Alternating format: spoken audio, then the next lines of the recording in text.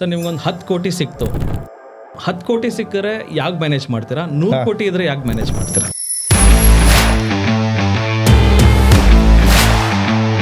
Sir basically ನಾವು ಎಷ್ಟು turn over ಮಾಡ್ತಾ ಇದ್ದೀವಿ ಅಂತ ನಮ್ಗೊಂದು ಐಡಿಯಾ ಇರುತ್ತೆ. ಯಾವಾಗಲೂ ನಮ್ಮ ಎಕ್ಸ್ಪೆನ್ಸಸ್ಸು ಆ ಟರ್ನ್ ಓವರ್ ತಕ್ಕಂಗಿದೆಯಾ ಅಥವಾ ಅದಕ್ಕಿಂತ ಜಾಸ್ತಿ ಹೋಗ್ತಾ ಇದೆಯಾ ಅನ್ನೋದು ಯಾವಾಗಲೂ ನಮ್ಮ ತಲೆಯಲ್ಲಿ ಇರಬೇಕು.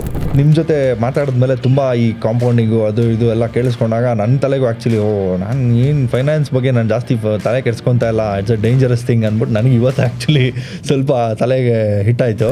ಇದು ಇಷ್ಟು ಇಂಪಾರ್ಟೆಂಟ್ ಇದ್ದಾಗ ನಮ್ಮ ಗೌರ್ಮೆಂಟ್ಗೆ ರೆಕಮೆಂಡ್ ಮಾಡಿ ನಮ್ಮ ಸ್ಕೂಲಿಂಗಲ್ಲಿ ಏನು ಸಬ್ಜೆಕ್ಟ್ಸ್ ಇದೆಯಲ್ಲ ಅದರಲ್ಲೂ ಒನ್ ಆಫ್ ದ ಸಬ್ಜೆಕ್ಟ್ಸ್ ಆಗಿ ಇದನ್ನು ಇನ್ಕಾರ್ಪೊರೇಟ್ ಮಾಡಬೇಕು ಅನ್ನೋದು ನನ್ನ ಒಂದು ಒಪಿನಿಯನು. ಯಾಕಂದರೆ ಆ ಚಿಕ್ಕ ಮಕ್ಕಳಿಗೆ ಚಿಕ್ಕ ವಯಸ್ಸಿಂದನೇ ಟ್ರೇಡಿಂಗು, ಸ್ಟಾಕ್ ಎಕ್ಸ್ಚೇಂಜು ಇದೆಲ್ಲ ಒಂದು ಸ್ವಲ್ಪ ತಲೆಯಲ್ಲಿ ಇರಬೇಕು. ಅದು EV ಈಸ್ ದ ಫ್ಯೂಚರ್.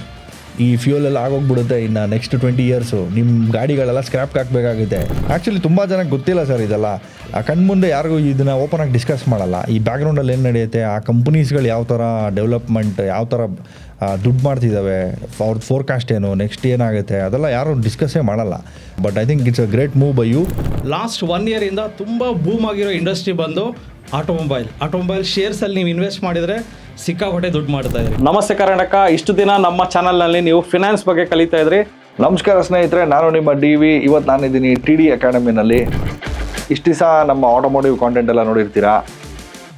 ಇವತ್ತು ಆಟೋಮೊಬೈಲ್ಸ್ ಹಾಗೂ ಫಿನಾನ್ಸ್ ಹ್ಯಾಂಡ್ ಇನ್ ಹ್ಯಾಂಡ್ ಹೇಗೆ ನಡೆಯುತ್ತೆ, ನಮ್ಮ ಆಟೋಮೋಟಿವ್ ಕಾಂಟೆಂಟು ಫೈನಾನ್ಷಿಯಲ್ ಆಸ್ಪೆಕ್ಟ್ಗೆ ಹೆಂಗೆ ರಿಲೇಟ್ ಆಗುತ್ತೆ ಅನ್ನೋದನ್ನ, ಆಟೋಮೊಬೈಲ್ಸಲ್ಲಿ ಇನ್ವೆಸ್ಟ್ ಮಾಡೋದು ಒಳ್ಳೇದಾ, ಕರ್ನಾಟಕದ most energetic auto blogger DV ಇನ್ ಕನ್ನಡ ಹೆಂಗೆ ರಿಲೇಟ್ ಆಗುತ್ತೆ ಅನ್ನೋದನ್ನ ಪಾಡ್ಕಾಸ್ಟ್ನಲ್ಲಿ ನೋಡ್ತೀರಾ.